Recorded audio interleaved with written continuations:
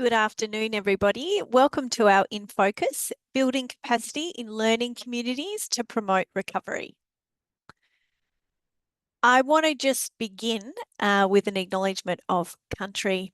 I'd like to acknowledge that I'm on the lands of the Stony Creek Nation here in Lutruwita, Tasmania, and I pay my respects to those elders, both past, present, and future leaders. And I also want to acknowledge the lands that you're all coming to this In Focus from today across our big, broad country. We value our First Nations and traditional custodians. We value their cultures, their identities, and their continuing connection to our country, waters, kin, and community. I know when we talk about this topic today, I often think about the importance of land and country and how much healing our country can provide when we're talking about difficult adversities and topics that we have and work through together. I would like to now also, please feel free to put in what country you're on in the chat as well. And it's always nice to hear where we've got people coming from. And this is our panel today. So myself, obviously, my name's Caroline and I'm the National Clinical Manager of Headspace Schools. And I have Greg Cameron here, who's an education consultant with Townsville Catholic Education. And I'm also very lucky to be joined by Mat Grining, who's the President of the Tasmanian Principals Association. One of the really lovely things about BU is we get this really nice connection points to amazing educators across the country. And we're very, very grateful to Mat and Greg, who are going to share some of their insights and learnings with us today. First of all, though, of course, we start all of our webinars like this, but really, this is probably the most important thing that I'm going to be saying to you, which is actually about looking after yourself and caring for yourself as you hear some of this content. So remember that your own well-being needs to be a priority, and we continue to reference this throughout the presentation. So this is a model that some of you will be really familiar with. So we look at the three parts of our model, which are self-awareness. So recognizing when you're not traveling so well, and actually just having that understanding about what's happening for you is actually the first point of taking care of yourself, of course. The second part is about self-care and those activities that can be helpful for you to actually move through and process some of those things. And of course, the third part is about knowing how to access support. So when we think about self-care, we think about those three things combined and how they can support you. Of course, BU have an amazing set of wellbeing resources as well, and we'll pop those in the chat if we haven't already. So those wellbeing resources were developed and reviewed quite recently, and so we'll pop those in there for you to refer to. But of course, I guess we understand that as educators in your learning communities, it's really hard to look after your students and your staff unless you're looking after yourself first. Of course, many of you will be familiar with BU, but for those of you who aren't, BU, of course, is the federally funded National Mental Health in Education Initiative, and it's, of course, available to no cost for every educator early learning service, primary and secondary school in Australia. BU is delivered by Beyond Blue in collaboration with Early Childhood Australia and Headspace, which provide learning communities with a national framework of BU consultants to support the implementation of BU. And of course, our BU vision is that every Australian learning community is positive, inclusive, responsive and resilient, where every child, young person, staff member, parent and carer can achieve their best possible mental health. We have, as you can see on that slide, a range of materials that we offer, and sometimes that can be really tricky to navigate. It can be really hard to know where to start. And the short answer is you can start anywhere. So you can actually start by looking at some of the fact sheets, or you can actually call your consultant who can actually help you guide you through these resources. But they are, just so you know, they are housed within 5 domains. So there's student, staff and family wellbeing surveys, there's planning and implementation tools, fact sheets, handbooks and guides. And if you haven't already, we'd really encourage you to, as a team or as an individual, have a little look around and really get to know some of these resources. Yeah. Next slide, please.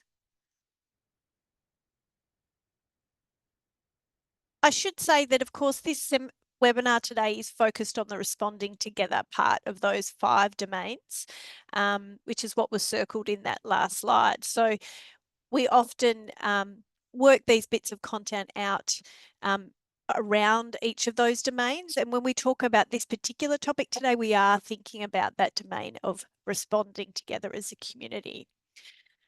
So, thinking about the webinar today, this is an overview of what we are going to be working on and talking about.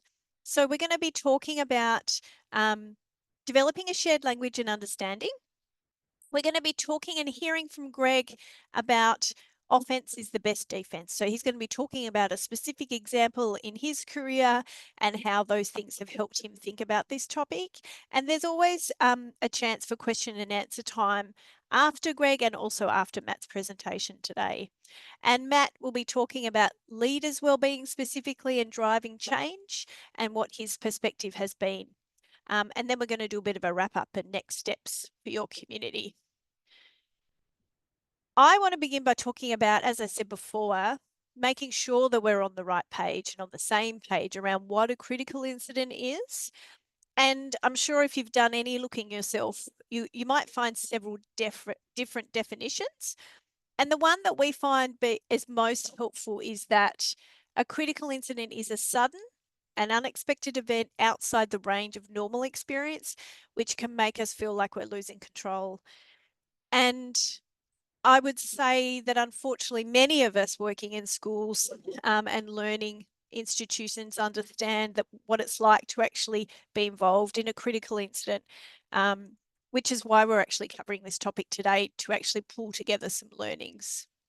So that's the definition that we work from. And when you look at that in a little bit more detail, you can see that critical incidents can include a number of things. So we think of them as things such as, but this is not an exhaustive list, but things like when we think about it occurring in a learning setting or situation, a serious injury, illness, or death of a student or staff member. We think about severe verbal, physical, or psychological aggression. And you can see other things on that list, such as student or staff witnessing a serious accident or acts of violence, natural disasters, which Greg will be talking a little bit about, fire, bomb threat, hazard, sexual assault, or serious harm caused by drug or alcohol abuse. And what do we mean by recovery? So this is one of my favorite BU diagrams because it actually talks about stages of recovery and preparedness. And actually your BU consultant and BU work with schools and learning communities in a number of these different areas or in all of these areas. So we talk about preparedness first. So actually helping your school prepare for a critical incident and what are the steps and what are the things that your school needs. We then talk and work alongside and provide consultation to schools in that response. So after a critical incident and then through to recovery and prevention. So they are the areas that we talk about when we're thinking about a critical incident and how to prepare, respond and recover and moving back to business as usual in a school. Now it's time for me to hand over to someone who's far more interesting. I'm going to hand over to Greg Cameron. So Greg is the education consultant from Townsville Catholic Education, and he's going to be talking about our next topics. He's an experienced leader with Catholic schools across Townsville Diocese, having led senior leadership and held leadership positions in 3 schools, including 2 principalships. And his current role involves him supporting the leadership teams of 15 schools and colleges across the Townsville Diocese in strategic renewal, continual improvement, and day-to-day challenges experiencing in those contexts. Greg has experience in secondary P-12 settings as well as systemic operation within Townsville Catholic education. Over to you, Greg. Thanks, Kaz, and afternoon, everyone. So as Kaz said, today I'm aiming to cover three main things, and it's hopefully a bit of a journey where one thing will build from the previous. First thing I'm looking to cover is the importance of being prepared for a critical incident and then planning for future activating events. And I'll explain a little bit about what that is when we get to it. And then just touching on practical systemic support for learning communities, which hopefully then Matt will lead off into his presentation from. So like Kaz said, for the purposes of today, I'm not referencing suicide as that's widely addressed in other areas. I'm more aiming towards other critical incidents, such as severe weather events like a flood or a cyclone, or a bushfire, or a serious accident like a school bus crash. So we'll jump on in. So being prepared, and preparation is the key to success with managing critical incidents. So having a well thought out process and strategies to provide support and direction is essential to effectively managing critical incidents, and it will minimise the ongoing impact of that critical incident on your community.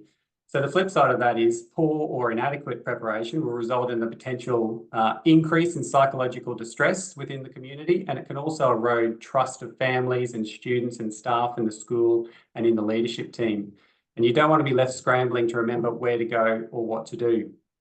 So having a written plan specific to a particular possible critical incident, which is resourced with things like the immediate response steps that you'll take, scripts and email communication templates for informing groups like the staff, the students, the families, neighbouring schools, and for parishes for faith-based schools. Having duties for positions or roles within the school, and it's important that they're the roles within the school and not the people, because people change roles and they move schools, but the positions within the school will remain constant. And the last important part is having an updated contact lists for things like other local schools and local emergency services and local councils, so you can get up-to-date information when you need it. Revisiting plans frequently, and I'd say at least once a year, to ensure the contact lists, for example, are up to date and the people with responsibilities are aware of how to find the plan when they need it and what they need to do, are the main steps that you need to be prepared for in managing critical incidents. So I suppose my first key message of the three that I'll talk about is be prepared. Have that critical incident plan that includes an immediate response, short-term communication strategies and templates, and duties for roles within the school in the event of a critical incident, and that will decrease the psychosocial impacts and enhance recovery after the event. So the second part that we'll move into is planning for future activating events. So an activating event is an event that reminds members of the community of the original critical incident, and it can have one of three impacts. It can elicit trauma response related to the original critical incident. It can remind an individual or group of the original incident that caused dysregulation and anxiety, and then recreate these reactions for them, or it can elicit a significant emotional response. So once a critical incident has occurred and the school is returning to their normal routine and recovery is underway, that's the time to plan towards future activating events. And I'll lead into how systems can support schools in that in a moment. But to put that into context, if a school or a community is situated in an area where there is severe weather events like floods or cyclones, or in a bushfire-prone area, they will have a critical incident of that nature at some time. And the chances are, because of where they're situated, there will be future activating events that occur that remind people of that same trauma that they went through, that same critical incident. So an example of this, I'm based in Townsville, and Townsville was impacted by a significant flooding event in 2019. And a number of schools that were situated on the south and central areas of the town were inundated. And this included the schools, but also the residents of many staff and students who attended those schools. And the rebuild took nearly 2 years for all the damage to be repaired. And families were living in hotel and rental accommodation that didn't really meet their needs. So think a 6-person family living in a 1-bedroom, 1-bathroom unit. So think about 2 adults and 4 teenagers getting ready for work after sleeping in the one room, and getting ready for school in that one bathroom. Obviously, there wouldn't be too much emotional regulation happening there, and that's going on for 2 years. So that is real trauma that that family has felt for an extended period of time as a result of that flooding event. And what we saw was any rain event following that flood had an interesting impact on some of the people and the students. So there was widespread irrational response to any rain. So that could be actual rain or forecast rain. And it presented in the behaviour of some within the community as anxiety and dysregulation and meltdowns. So when a forecast shower of rain commenced, some of our staff felt the need that they needed to leave work to go and check on their house and pets. Some students would begin to act inappropriately, defiantly, and some of them would abscond from their classrooms, so leave the classroom. And that was all due to the anxiety they felt that was activated by that rain event, even if it was just a passing shower. So what we did as a leadership team, we identified that we needed to manage this response to ensure the continuity of learning, because obviously teachers feeling the need to leave their classroom and go check on their own property isn't conducive to good teaching, and students being disruptive in the classroom isn't conducive to good learning. So we came up with a proactive duty statement to monitor, and we didn't overthink it. That was just through the news and the Bureau of Meteorology, any forecast rain events. And then we had an internal school communication strategy ahead of this. And again, we didn't overthink it. It was just through our usual staff briefing on a Monday morning. If there was rain that was going to be coming that week, we would let people know and let people know about how we're going to communicate any changes to that. And for the students, through the student daily notices. And we pre-identified those who were most impacted by the activating event, so the rain, and offered support and help-seeking pathways for them or for their parents to manage their anxiety. Because remember, we're all trained education professionals. We're not health or mental health professionals. Our responsibility is to ensure the quality of learning for the students, and it's not to provide health support to adults. We provide the avenues to access the support. We don't provide the support itself. So over time, the impact lessened, but it was really intense for over a year following the initial flood, and it was probably at a peak just before the beginning of the next wet season. So that was our experience, but thinking about that, it could be extrapolated into other situations. And I was thinking about a community that might be impacted by bushfires. So an activating event for that could be a hot, windy day where people can smell smoke in the air. The same process could be implemented in a context like that. So having a proactive duty statement organised, ensuring the phone contact list for emergency services, such as the Rural Fire Brigade or Fire and Rescue or the SES are current. So factual information can be obtained and then shared. So which way was there a fire? Which way was it moving? How severe was it? And then a clear communication strategy around that. And obviously the pre-identified list of those most affected by the initial bushfire, so they could be checked in on. So my second key message is once the critical incident has occurred, there will be people affected in ongoing ways as a result of that critical incident, and activating events to the trauma caused by the incident will present through their behaviour in ways that you're not expecting. So once you get things back to routine after critical incident, that's the time to start planning for an activating event for that critical incident. And this is where systems can jump in to support schools and school leadership teams in trauma response planning. So for those that work at a system level, like myself, my job is to facilitate this activating event planning. You reckon you could just jump onto the next slide for me? Keep going. That's the one. So those on the ground after a critical incident, so school leaders and school staff, they'll be exhausted and they'll be suffering from things like compassion fatigue and decision fatigue, and most probably ill health due to continuously high cortisol and adrenaline levels after the incident. So principals and senior leaders need to have the support of system structures and resources and personnel to plan towards managing the trauma experienced by the school as it presents when incidents and activating events occur. So having things like a system-based critical incident management team to support schools is one way. Having pre-constructed resources for schools to use in critical incidents is another. So in my context currently, we've got a suite of 8 critical incident management procedures for specific events for schools to access and contextualise to their own situation, as well as a critical incident management guideline, which outlines the actions of system-based staff and school leadership staff to make sure that there's that open communication and transparency into who does what in each situation.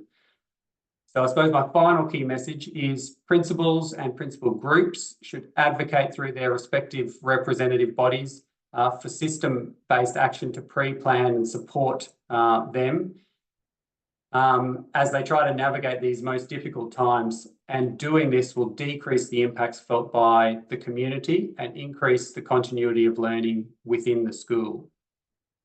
So Kaz, I suppose they're my 3 main things that I wanted to talk about today. Thanks, Greg. I have a question for you, Greg. Yes.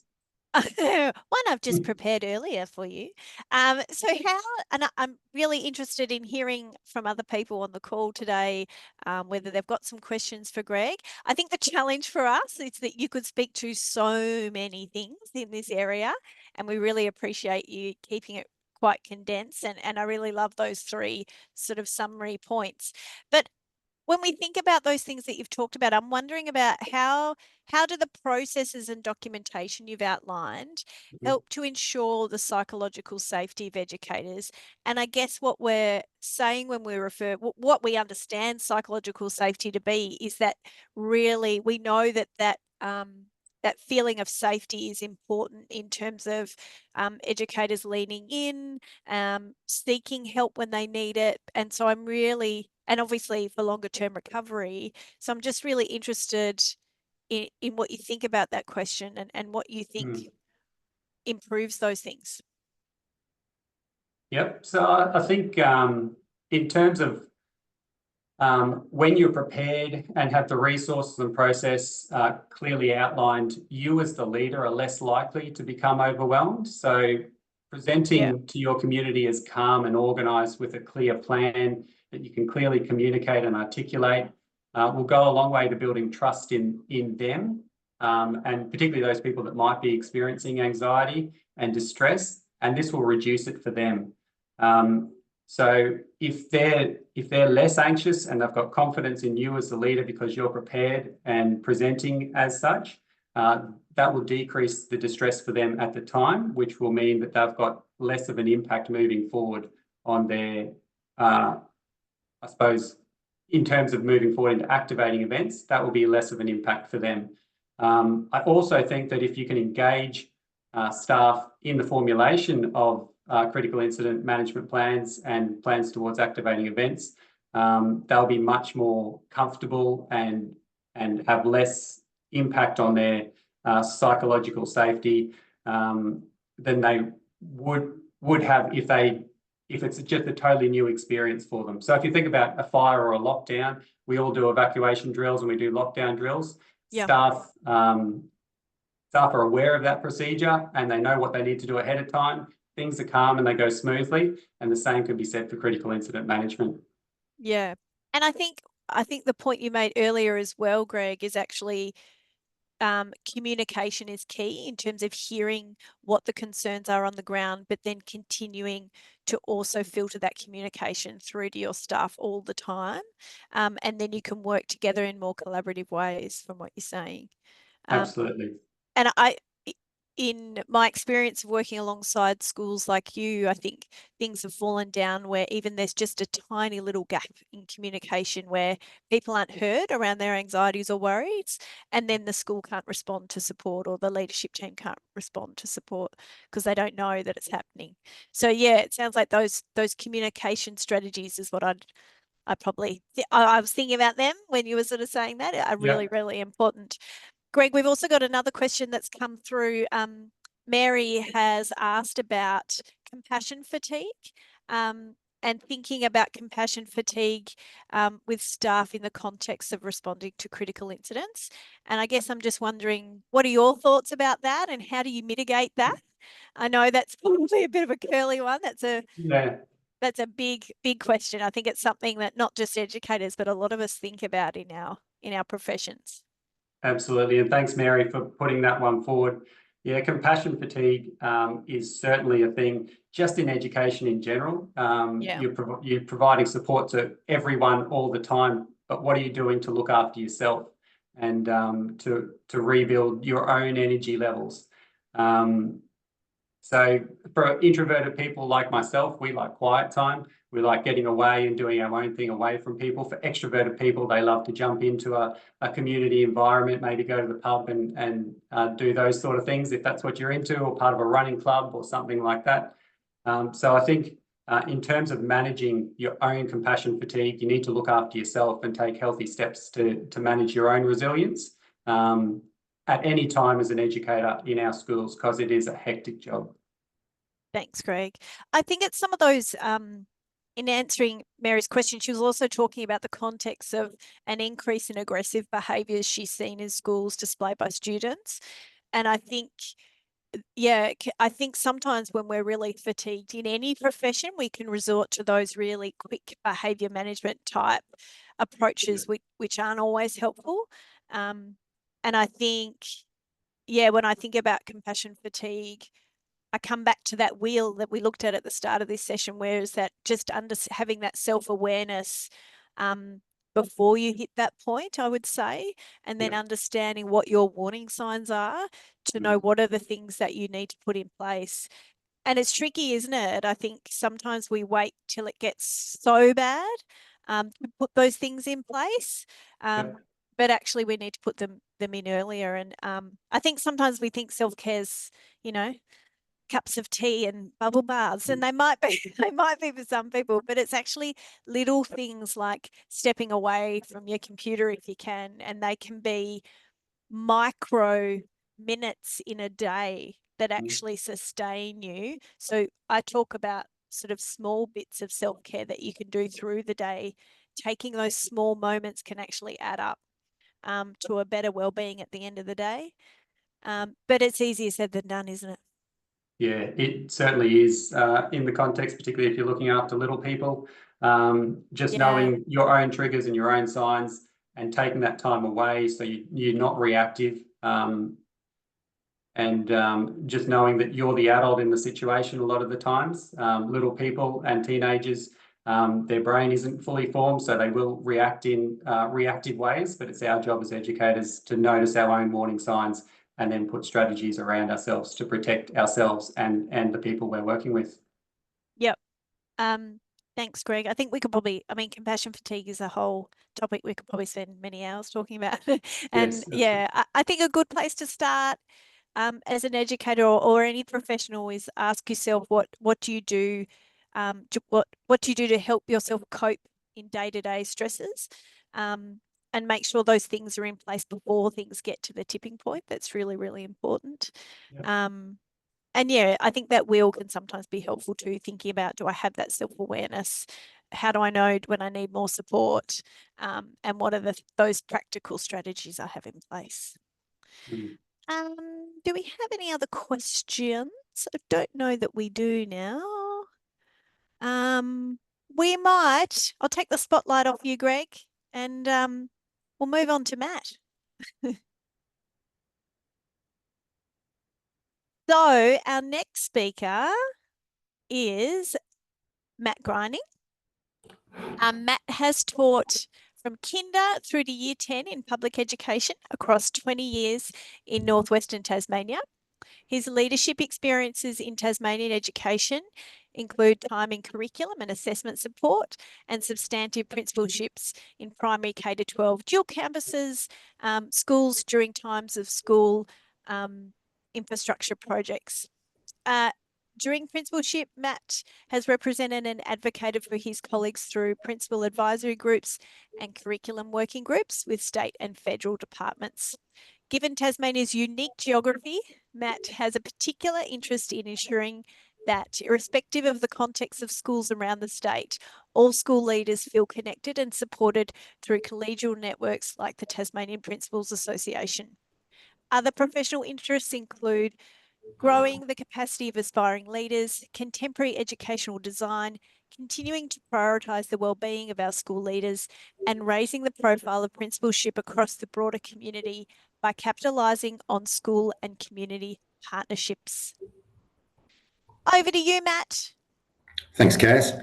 And I guess thanks for providing the opportunity to be able to link up and contribute to today's webinar as well. So just like to highlight some things from Greg's presentation and some links, I guess, we'll be able to make with the notion of activating events. And there'll be part of my presentation where I guess we'll talk about trying to reduce that variability as part of, as Greg said, that trauma response planning. So I took some fabulous learnings from that, Greg. So I'll certainly go back and listen to the first half of the session. I'm not so sure about the second half of the session where I could pop in, but thanks for those really great learnings. I'll be talking about critical incidents and the impact on school leaders, and I guess what we were seeing here and experiencing from the perspective of our Tasmanian colleagues. Also just talking about the reality of the impact and what has then led into a research project that we're currently underway with the Australian Catholic University. And also just talk about some early reflections and a few practical suggestions that have come out as part of stage 1, 2 and 3 of the research project at the moment. Just shift slides, please. So I guess coming into this role with just over 12 years as a school-based principal across the primary K-12 sites, I just wanted to express my gratitude to the school and system-based staff that have supported myself and my colleagues when there have been responses to critical incidents. Without the support from our allied health professionals and other NGOs like Headspace BU, as well as those people that we work closely with and alongside on a daily basis, certainly the recovery and post-vention experiences of principals and colleagues would not be as positive as they could be without those really critical on-the-ground relationships from those partners during moments like these. I just want to also say I'm just grateful for the permission from the Tasmanian Department of Education, Children and Young People to be able to make reference to some of the catalysts that have been in the public domain. I guess I've got just a couple of images there, particularly for those that I guess have captured the public's attention through media as well, of which I've just got on that slide. I guess we found that the conversations opened up because psychological safety exists amongst colleagues. And with some of those prominent critical incidents like the Hillcrest and Denali tragedies, that just naturally opened up discussions about the personal experiences for principals. Probably finding that some of those aha moments from principals, that if they hadn't been through a critical incident, it probably wasn't a matter of when, not if. And for those that were talking with their colleagues, sort of just naturally taking that positive bent on lived experiences as educators generally do, and talked about, okay, well, how did this shape my leadership framework? How did it shape how I then prepared myself stepping into the next situation, or how did it support me in guiding the leadership of my larger leadership team and the schools and communities I was leading? So that then led us to have some thoughts around, as a system, how can we ensure that we're reducing the variability so that the experiences of school leaders shouldn't differ, irrespective of where you might be in the state, whether you're in a primary, secondary or a district school. We should have that same level of quality assurance so that everyone is equally as prepared, because we all sit in the principal's chair and wear the same hats and walk in the shoes, because ultimately there is just one principal in a school. The one common qualification we've got is a teaching qualification. We might have some colleagues that may have had further accreditation or certification, but essentially that is that one common denominator. And we needed to be able to close that gap so that we were best prepared to walk our communities through these situations, and that we could also walk out of this ourselves. We also found there was this overwhelming desire to improve the processes from the perspectives of school leaders, and this was something that we could collectively contribute to as well. So I've just got a slide there from the Australian Catholic Uni. So the principal occupational health and wellbeing research of the ACUs has been in place for over 12 years, and it's the longest study of its kind nationwide. And the 2023 results largely reflect a continuation of the same patterns. Whilst they do, they can be cut down to looking at state and territory perspectives, primary, secondary sectors, and different elements of wellbeing and different levels of recovery. What you can see in this slide here, particularly around the emotional and demands for hiding emotions, it's pretty stark. There's a huge disparity between school principals and the general population in the demands at work. And certainly if we're considering the perspective of principals leading their school communities through a critical incident, they would be the two areas that would weigh very heavily on them. The whole notion of wearing a mask. And what we found with the 2023 results, and these are in the public domain, that there was close to 40% of participating principals that received a red flag email. And we were actually the only jurisdiction to see an increase for participants in the surveys that received a red flag email based on the responses to the survey. Now, the surveys completed by government, non-government, Catholic independent principals and school leaders nationwide. So it certainly isn't just a reflection on the experiences of government or non-government principals. This really was that final prompt for us to step into the research space as a principals association. So the Principals Association, we represent our primary, secondary and senior secondary colleagues and system level educational leaders. And what we found is that there was an overwhelmingly under-researched area around principals' experiences and the impact on principals in relation to critical incidents. So we found that it aligned with the actions in our strategic plan. It was a great opportunity to be able to activate principal voice and engagement and a way of helping when things felt helpless as well. So we then step into our research just on the next slide.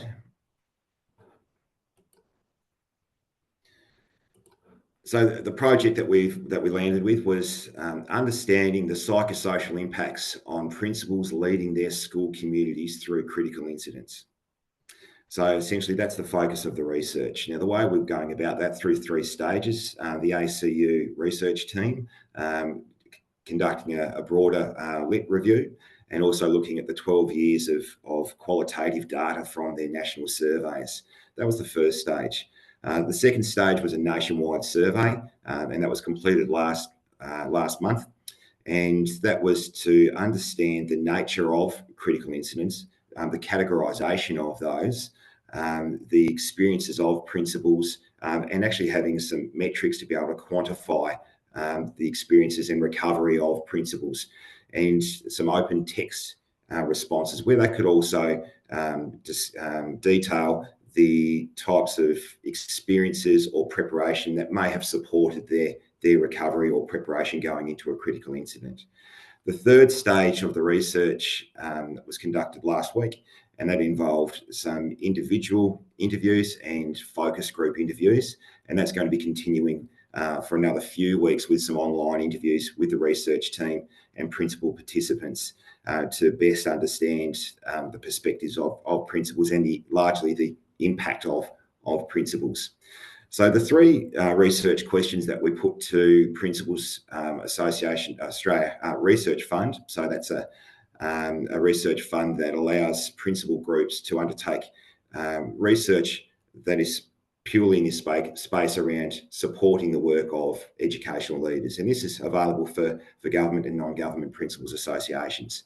So the first one there around what's the nature of critical incidents experienced by Australian school leaders. I know Kaz had on that initial slide at the start of the presentation to look at that, the definition of a critical incident.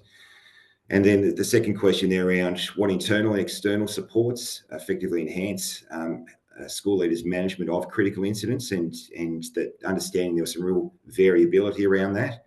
And the third part really is around what advice, direction, and can we provide policymakers and systems to help inform their policy and procedure design at a school or system level as well. Thanks. Next slide. So some early reflections from the research so far, and thanks to the Headspace team for putting a Penguin slide in there. So Penguin was the school that I was the last principal of, so Penguin District School on the Northwest Coast. And I was actually on the beach like these penguins on the day when we had the first notification that the Hillcrest tragedy had taken place. And that was a significant point of reflection for all of us, and that this could have been us moment quite easily. So looking at an opportunity around how do we actually bring our profession together and learn from the experiences that our colleagues have been through. And the first one there really is around being able to have a space to be able to connect. And there are lots of different ways that can occur, whether it be through a simple text messaging way of creating a sense of community, coffee catch-ups, some teams, drop-in sessions, which we've started as a Principals Association, having group chats, and even finding that the groups of colleagues that have been connecting up to provide blood donations through Red Cross's Lifeblood, and you can actually register as a group or an association, and we've got some colleagues that have been doing that as well, just as a way of being able to connect. Now, the role of collegial support and care. When we reviewed our strategic plan last year, we had a considerable conversation about whether care is in the remit of a professional association and whether it was an expectation of principals. So when people spoke about their experiences, many times over, they referenced that effort of others to show a genuine interest in them specifically. Not only was this included as a key practice for us in our strategic plans, symbolically it sits really central to our plan as well. So it would just really solidify for us how important care for colleagues and care for the profession is, and care from the profession. Now, I guess during sensitive situations, the importance to communicate with positive assumption was really clear from principals that have walked this journey, without people needing to know or ask for details or asking or expecting a response. So when you reach out to someone, it's not about you getting a response back from them. It's just knowing that someone is in their corner. Certainly the principals have said that that's what they need during times like this. And I guess when their colleagues are communicating more formally with a larger group or on behalf of others, how important it is just to check in with the department or directorate to ensure that your comms are coordinated. Professionally, I leaned into Headspace and BU leadership for support with this, and certainly having that content matter expert at a really critical time. That was a few steps removed from the incident as well. Look, that was really pivotal learning for me. Even in the biggest schools or colleges, it can be isolating or lonely time when generally no one else will have the community responsibilities that will sit with a principal that you will feel at that time. And knowing that you have a community in your corner can be really reassuring to principals during those moments as well. And the last one there around creating time, how important that the principal said that I'll put something in my calendar, that a colleague might send an invite out and just ask people to accept it as a tentative, respecting that other things might crop up. But if you create some time to get together as colleagues and no one turns up, it's still the right thing to do because you've demonstrated care as well. So that was some of the early reflections that have come from the profession through this research so far. Now, as far as learnings for the systems, certainly a number of these things really lean into to what Greg has said as well around processes. Now, the processes in a school shouldn't be unique from one set to the next. The strength of the system is that we are a system, and we should be able to apply best processes in a systematic way.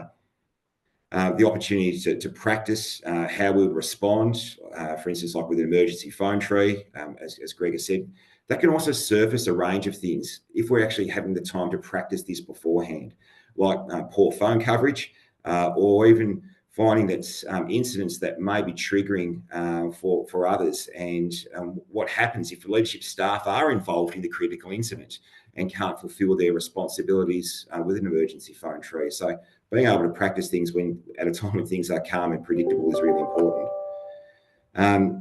And certainly, just like a lockdown or evacuation, preparation is really important. For instance, around where will key information or contact information be stored, and who has some of those delegated responsibilities.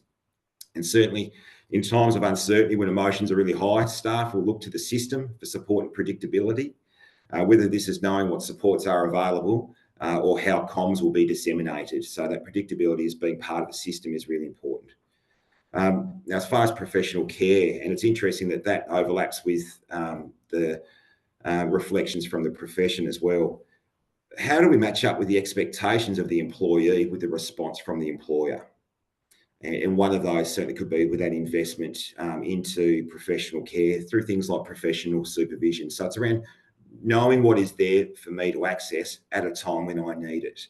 I may not need to tap into it or access it on a regular basis, but just by knowing that there are caring structures that are in place from our system is enough. And I'll lean into those when I need to. So they've been some of our early reflections from principals and school leaders as part of the research to date.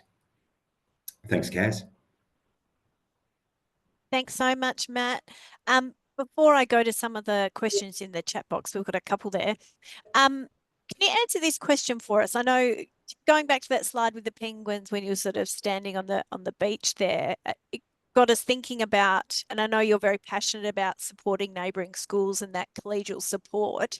So how can educators provide support to a neighbouring school that's been impacted by a critical incident? What do you think are some of the practical things that we can do or think about? I guess context really matters, Kaz. Yeah, sure. Depends on, Yeah, but probably the first one is that you respect the boundaries as well. Sure. I guess, be able to make a determination on what is going to be the best way of demonstrating care.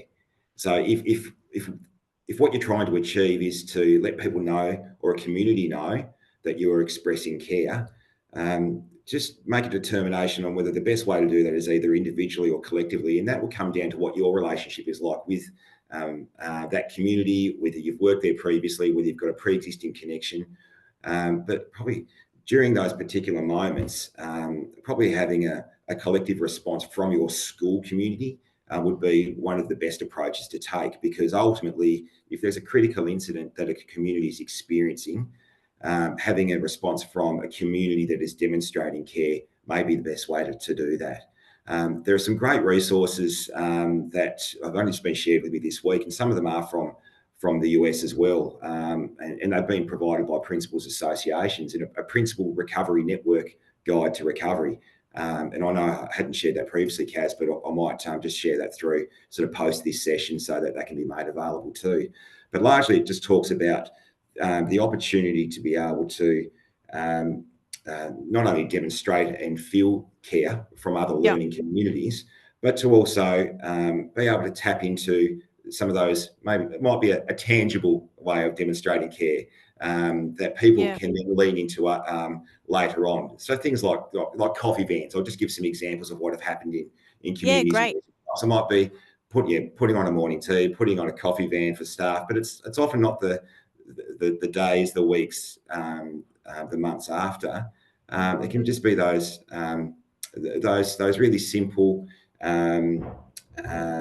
moments well after the date, just to let people know that, hey, we're a community and you're still in our thoughts as well.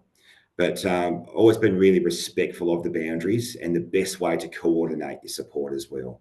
And typically that would be through the leadership in another school. Yeah, thanks, Matt. I think you raised some good points. One of them being around sometimes it can be easier to support a school if you've already got existing relationships, I imagine. And then I know that can be difficult sometimes for our BU consultants if they're reaching in following a critical incident, if they they sort of don't have well-established relationships, because schools, of course, can bunker down in that protectiveness, in that just let us try and work this out on our own first. We sometimes get a bit of that response, and that's about protecting their staff and their community. So I think, that can sometimes be a challenge, I imagine, for schools leaning into each other, even if those relationships aren't well established. I think that's why I love so much those communities you've created in Tassie around, the collegial support. It's almost fits that preparedness part, in that if we're communicating and have that psychological safety before events occur, it will also help us continue to communicate after an event occurs. I think they're really, really important. Yeah, thank you for sharing that. And you're right, and that's been able to open the discussion around accessing individualised supports as well, Yeah. and being able to start those conversations, because those safe networks already exist. Yeah. Yeah. Matt, the other question which you might have seen was there was a question about drawing on other countries, around their research in other countries. I know you mentioned the US then, but we had a question about, were there other learnings in other countries that you've drawn from, or you think, ACU will draw from? Probably not as part of the research that I've seen as yet. So I probably also should have stated too, Kaz, that being part of the project team means that we're not part of the research team there as well, as far as anonymity and working and being in the same context there as well. So we're not involved in, so myself and my other principal colleague, that's one of the project partners, we're certainly not involved in the detail around the research. Understandably around anonymity, but as far as around what we've learned from other networks as well, we've had some of our system leaders that have been on some fellowships to the US, and have come back and shared some learnings around security and emergency management protocols as well. And certainly at times they do overlap with what can be a critical incident as well. Certainly some of the resources from Ontario and from US Secondary Principals Association have been something really helpful for us to reflect on, and of course context and cultural context can make a really big difference as well, Kaz, when we're looking at the experiences from other networks as well, from other countries and jurisdictions. Thanks, Matt. One final question for you. How important do you think leadership modelling help seeking? So leaders sort of being transparent in modelling their own help seeking is in terms of supporting other educators and people in the school community. So sort of role modelling that yourself. Oh, that is, I didn't see that question, but that is pivotal. And the moment that you're prepared to be vulnerable yourself, and sometimes that only occurs from actually having the emotional language and literacy to put to what you're experiencing yourself, and then to have the confidence to be vulnerable.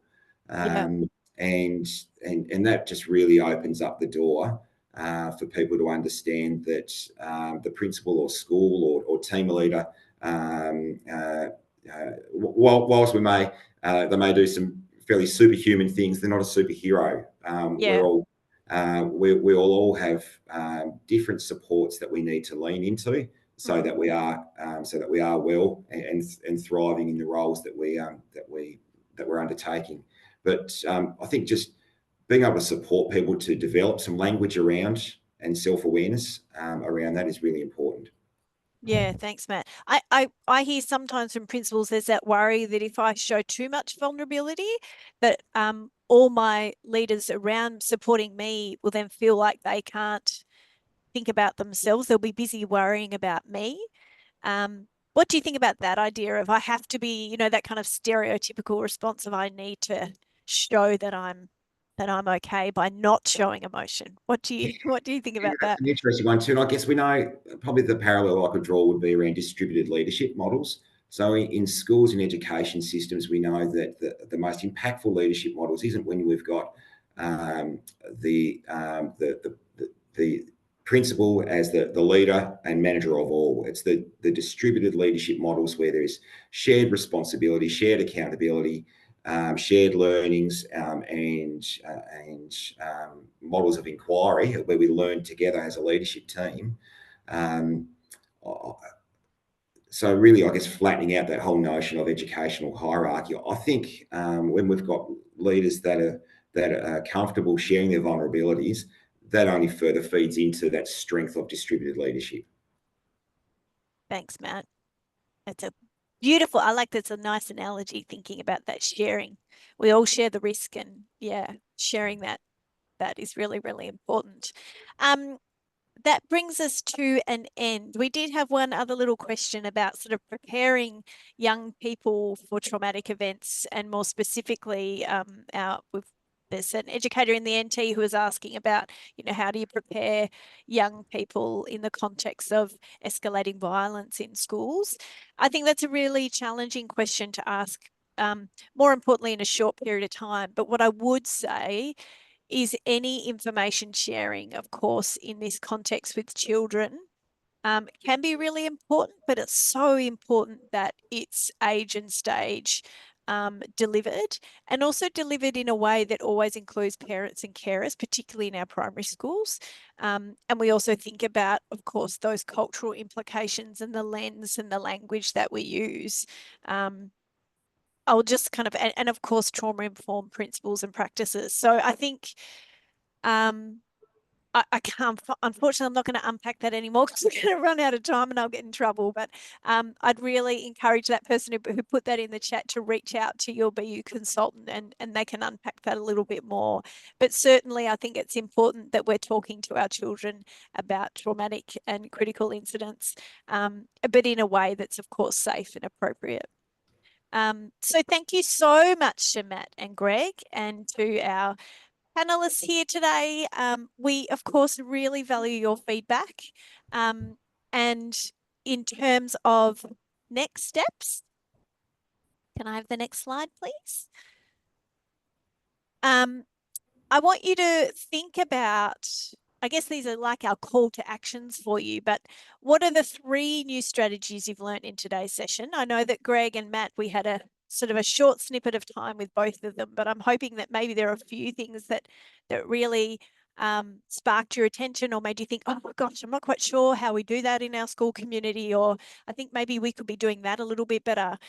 So I want you to have a little bit of a think about that. That can be a really useful way. We're really keen in BU to actually embed learning rather than sort of coming into these events and then that information sitting there and percolating and you're not quite sure what to do with it. So I guess we've put these questions forward for you to think about ways of embedding. And of course, contacting your BU consultant to discuss how you could implement those things in your learning community.